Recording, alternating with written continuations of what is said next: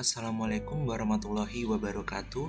Saya Rizal Fadil Rahardiansyah dari Offering PAID 23. Dalam video kali ini saya akan menjelaskan mengenai kriteria pasangan ideal di era milenial dalam perspektif Islam. Menikah atau lebih tepatnya berpasangan adalah naluri seluruh makhluk, termasuk manusia.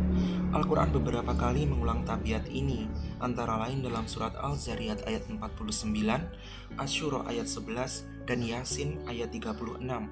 Dalam Quran surat Yasin ayat 36, Allah Subhanahu wa taala berfirman yang artinya, Maha suci Allah yang telah menciptakan semua pasangan, baik dari apa yang tumbuh di bumi dan dari jenis mereka manusia maupun dari makhluk-makhluk yang tidak mereka ketahui. Setiap manusia wajar menginginkan memiliki pasangan. Agar dorongan berpasangan ini dapat tersalurkan dengan benar, maka Islam mensyariatkan pernikahan.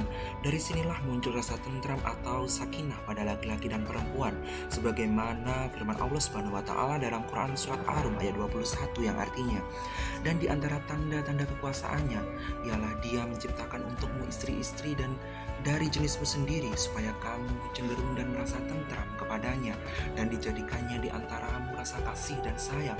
Sesungguhnya pada yang demikian itu benar-benar terdapat tanda-tanda bagi kaum yang berfikir. Wanita solehah menurut Rasulullah SAW adalah engkau akan merasa senang ketika memandanginya dan merasa tenang ketika meninggalkannya, karena dia akan menjaga dirinya dengan baik dan juga menjaga harta suaminya. Selanjutnya adalah kriteria pasangan ideal menurut Rasulullah SAW. Yang pertama adalah hartanya. Walaupun harta bukan segalanya, namun jika memiliki harta, setidaknya semua kebutuhan dapat terpenuhi. Harta adalah titipan dari Allah Subhanahu wa taala yang kapan saja bisa diambil dengan mudah. Yang kedua adalah nasabnya. Umat Islam dianjurkan memiliki keturunan yang baik dan memilih wanita yang subur agar mendapatkan keturunan. Maka dari itu, penting untuk memperhatikan keturunan atau nasabnya, seperti sabda Rasulullah SAW yang artinya, nikahilah wanita yang penyayang dan subur, karena aku berbangga dengan banyaknya umatku. Hadis riwayat Abu Daud. Yang ketiga adalah kecantikannya. Memiliki pasangan berdasarkan paras tidak ada salahnya, sebab seseorang memiliki paras yang rupawan tentu akan memberikan ketenangan dan rasa senang untuk dipandang. Memang memiliki paras yang cantik dan rupawan tidak akan berlangsung lama, karena semua pasti akan mengalami perubahan seiring berjalannya usia. Yang keempat adalah agamanya. Ketika ketiga hal di atas tidak bisa kamu dapatkan, carilah pasangan yang selalu memperhatikan agamanya, sebab harta, keturunan, paras bukanlah jaminan suatu kebahagiaan, tapi agama bisa menjadi pegangan yang kokoh untuk menggapai kebahagiaan di dunia maupun di akhirat. Kenapa sih agama kok di urutan terakhir? Karena yang membuat seseorang bahagia itu bukanlah harta, nasab, dan kedudukan, melainkan budi pekerti yang bersumber dari agama. Harta, kecantikan, dan kedudukan paling mudah hilang dan tergerus oleh waktu. Selanjutnya adalah kafa'ah dalam memilih pasangan. Dalam memilih pasangan hidup haruslah dengan cara yang baik dan benar. Kehidupan rumah tangga akan terasa harmonis apabila seseorang mempunyai pendamping yang setara atau sekufu. Kafa'ah ialah serupa, seimbang, atau serasi. Maksudnya keseimbangan dan keserasian antara calon istri dan suami, sehingga masing-masing calon tidak merasa berat untuk melangsungkan pernikahan. Pernikahan itu bukanlah suatu peristiwa yang sifatnya dibatasi oleh jangka waktu tertentu, dan diharapkan bahwa pernikahan itu membawa ke arah yang harmonis antara pasangan suami maupun istri, tanpa harus adanya pergeseran kepada perceraian di tengah jalannya, disebabkan karena tidak mendapatkan kebahagiaan atau keharmonisan dalam rumah tangga.